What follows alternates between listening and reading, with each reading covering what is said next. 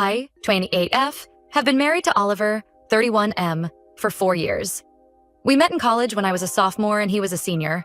I was immediately drawn to his kind nature and sense of humor. We dated for 3 years before getting married in a small ceremony. Oliver has always been very close to his mom, Linda, 55F, and sister Lily, 33F.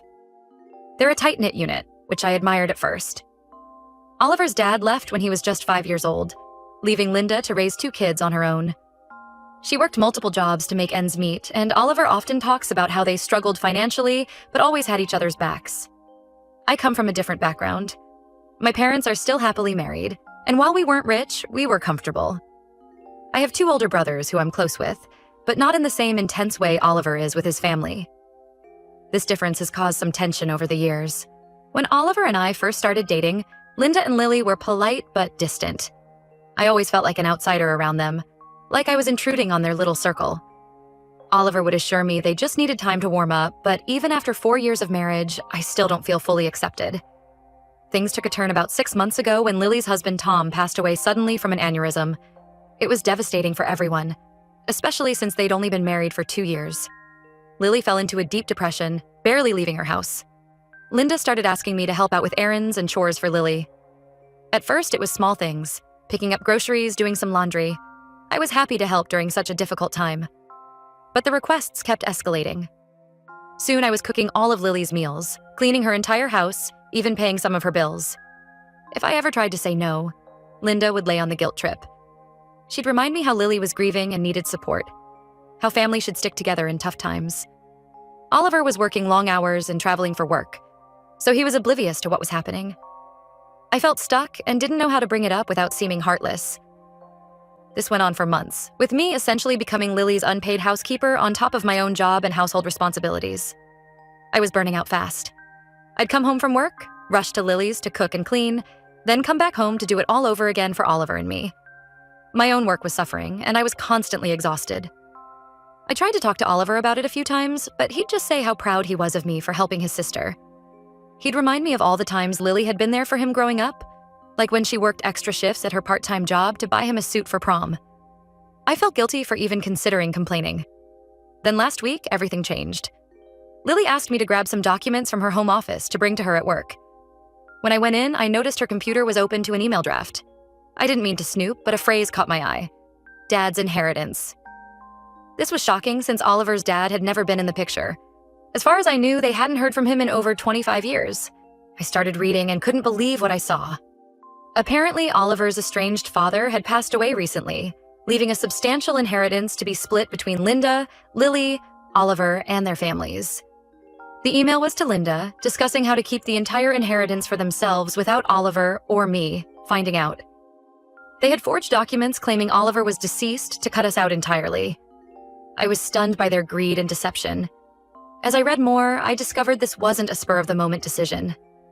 They'd been planning this for weeks, ever since they first learned about the inheritance. There were detailed discussions about how to hide the money, what to tell Oliver if he ever found out, even plans to guilt him into giving them his share if their initial plan failed. I felt sick to my stomach. All those months of running myself ragged to help Lily, and this is how they repaid us? I thought about all the times Linda had guilted me into doing more, all while knowing she was planning to steal from us. I took photos of the email and other incriminating documents as evidence. Then, without really thinking it through, I called the police to report the fraud. Officers came and seized Lily's computer. Both she and Linda were arrested on the spot. When Oliver got home that evening, I sat him down and told him everything. To my shock, he was furious with me for involving the authorities. He said I should have talked to him first and let him handle it privately. We got into a huge fight where he accused me of overstepping and damaging his relationship with his family. Oliver kept saying I didn't understand their family dynamic, that there must be some explanation. He insisted that his mom and sister would never do something like this, that I must have misunderstood. When I showed him the photos I'd taken of the emails, he got even angrier, saying I had no right to go through Lily's personal information. The argument escalated quickly. I reminded Oliver of all the times I'd bent over backward to help his family, how I'd put my own needs aside time and time again. I told him about how exhausted and taken advantage of I'd felt these past months. Oliver accused me of keeping score, saying that's not how family works. by the end of the night, we were both in tears. Oliver stormed out, saying he needed space to think. He went to stay with a friend, leaving me alone in our house, feeling lost and confused. Oliver has barely spoken to me in days. He's been in contact with Linda and Lily, who are facing serious charges. I truly thought I was doing the right thing by reporting a crime, but now I'm second-guessing myself. Was I wrong to go to the police without talking to Oliver first? Should I have let him deal with his family's betrayal privately? I'm hurt that he seems more concerned about them than me after what they tried to do. I don't know where we go from here or if our marriage can recover from this. Aida? Update 1. It's been about 2 weeks since my last post, and a lot has happened. First, I want to thank everyone for their supportive comments. Reading them helped me feel less crazy and more confident in my actions. Oliver came home after a few days, but things were tense between us.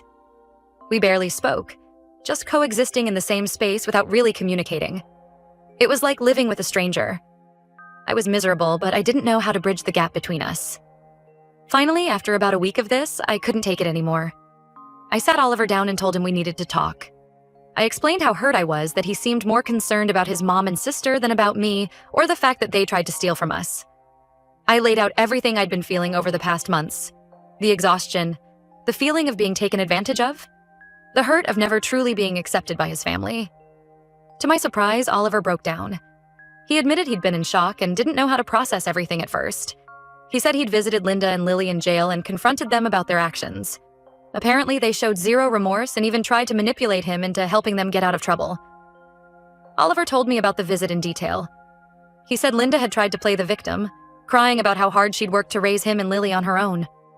Lily had lashed out, accusing Oliver of abandoning the family now that he was married. They both insisted they deserved the money more than Oliver did because they'd struggled more in life. Oliver said that conversation was a wake-up call. He realized how toxic their influence has been and how much he's enabled their behavior over the years. He told them he was cutting contact for the foreseeable future. We also discussed the inheritance situation. Oliver reached out to his dad's lawyer to get more information. It turns out his father, Michael, had terminal cancer and wanted to make amends before he died.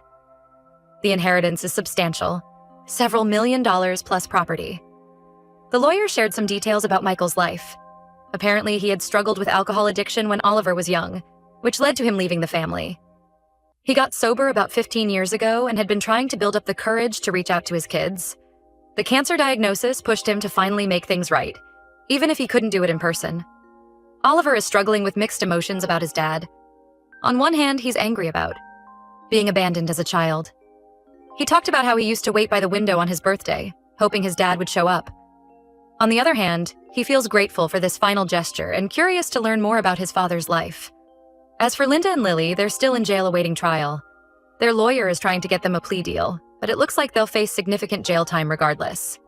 Oliver said he won't be bailing them out or helping with legal fees. I asked Oliver why he reacted so strongly to me calling the police initially. He admitted he has trauma from a bad experience with law enforcement as a teenager. Apparently, he and a friend were roughed up by cops after getting caught with alcohol underage. He said he panicked thinking about his mom and sister being mistreated. Oliver shared more about this incident. He and his friend had been celebrating after a football game, drinking beer in the park. The cops who caught them were unnecessarily aggressive, slamming them against the police car and twisting their arms. Oliver ended up with a sprained wrist. The incident was brushed under the rug, and Oliver's been wary of police ever since. I understand his fear better now, but I told Oliver I still believe reporting the crime was the right thing to do. He agreed and apologized again for lashing out at me. We both acknowledged we need to work on our communication. Oliver also apologized for not noticing how much pressure his family had been putting on me. He admitted he'd been blind to their faults for a long time, always making excuses for their behavior. He promised to be more aware and supportive in the future. We talked about our childhoods and how they've shaped our views on family. Oliver shared more stories about growing up poor, like how he and Lily would make up games to distract themselves from being hungry. I opened up about feeling like I never quite fit in with my own family, always a bit of an oddball among my more traditional brothers. Things between us are still a bit tense, but slowly improving. We're trying to focus on supporting each other through all the legal and financial complications ahead. We've agreed to be more open with each other about our feelings and concerns moving forward. I'm cautiously optimistic that we can come out stronger on the other side of this mess. It's going to take time and effort, but for the first time in a while, I feel like we're on the same team again. Update 2. Another few weeks have passed, and we've made some big decisions. After a lot of discussion, Oliver and I decided to use part of the inheritance money to start our own business together. We're both leaving our current jobs to focus on this new venture full-time. The business idea actually came from a shared passion we'd neglected over the years. Oliver and I both love cooking, and we've always talked about opening a small restaurant someday. With the inheritance, we finally have the means to make it happen. We've spent countless hours planning menus, scouting locations, and crunching numbers. It's exciting but also scary to make such a big change. However, we feel like this shared goal is bringing us closer together after all the recent tension. We're having to communicate and collaborate in new ways. Oliver's been opening up more about his complicated feelings regarding the inheritance. He confessed that part of him feels guilty for using the money, like he doesn't deserve it after all these years of no contact with his dad. We've had some deep conversations about forgiveness and second chances. We also decided to move into one of the properties Oliver inherited from his father. It's in a nicer area than our current place and will give us a fresh start. The house is an old Victorian with lots of character, but it needs some work. We've been spending weekends painting and fixing it up together. Going through his dad's belongings has been emotional for Oliver, but also healing in some ways. He's learning about parts of his father's life he never knew. We found old photo albums, including some pictures of Oliver as a baby that he'd never seen before. There were also journals where Michael wrote about his regrets and his hopes for reconciliation. Linda and Lily's trial date is set for next month. Their lawyer tried to pressure Oliver into testifying on their behalf, but he refused. He's still struggling with guilt and conflicted feelings, but is staying firm in his decision to cut contact. The other day, we ran into Lily's former best friend at the grocery store. She told us that Lily had been spreading lies about the situation, claiming that I had set them up and fabricated evidence. It was upsetting to hear, but Oliver immediately shut it down and defended me. It meant a lot to see him stand up for me like that. I've been encouraging Oliver to talk to a therapist to work through his complicated family history. He's hesitant but considering it. For now, we're focused on supporting each other and building our new life together. The business planning has been a welcome distraction from all the legal drama. We're in the process of securing a location for the restaurant and have started reaching out to potential suppliers. Oliver's been experimenting with recipes in our new kitchen, and I've been working on the business plan. It feels like we're finally moving forward instead of being stuck in the pain of the past few months. There's still a long road ahead, but for the first time in a while, I'm excited about the future. Update 3. The trial is over. Linda and Lily were both found guilty of fraud and sentenced to 3 years in prison. Oliver attended the sentencing, but didn't speak to them. It was a difficult day. Oliver was quiet on the drive home, lost in thought. When we got back, he finally opened up about how he was feeling. He said seeing his mom and sister in handcuffs was surreal, like watching a movie about someone else's life. Part of him still couldn't believe they'd gone to such lengths to deceive him. We talked late into the night, rehashing old memories and trying to make sense of everything that's happened. Oliver shared stories from his childhood, some good and some bad. He talked about the time Lily stayed up all night to help him finish a school project, and about the Christmas when Linda worked 3 jobs to buy them presents. But he also remembered the manipulation, the guilt trips, the constant pressure to put family above everything else. I think the trial really drove home the reality of the situation for Oliver. He's realizing he can honor the good memories while also acknowledging the hurt they've caused. It's a difficult balance, but he's working on it. We're moving forward with our plans and trying not to dwell on the past. Our new business is launching next month and we're settling into the new house. The restaurant renovations are almost complete, and we're in the process of hiring staff. It's been a whirlwind of activity, but it feels good to be building something positive after all the negativity. Oliver has started seeing a therapist to work through his feelings about his family.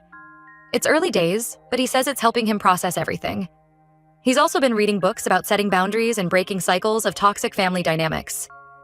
We've had some disagreements as we navigate this new chapter of our lives, but we're handling them better than before. We're both making an effort to communicate more openly and honestly. It's not always easy, but it feels like we're growing stronger as a couple. There are still challenges ahead. We're both nervous about the restaurant opening, and there's always the possibility that Linda and Lily will try to cause trouble once they're released. But we're facing these challenges together, which makes all the difference. I'm proud of how far Oliver has come in setting boundaries with his family. It hasn't been an easy journey, but he's shown incredible strength and resilience. We're both learning and growing from this experience. There are still days when I second-guess my decision to call the police, wondering if there was another way it could have played out. But then I remember the deception, the manipulation, and I know I did the right thing. It may have been a difficult path, but it led us to where we are now, and I'm grateful for that.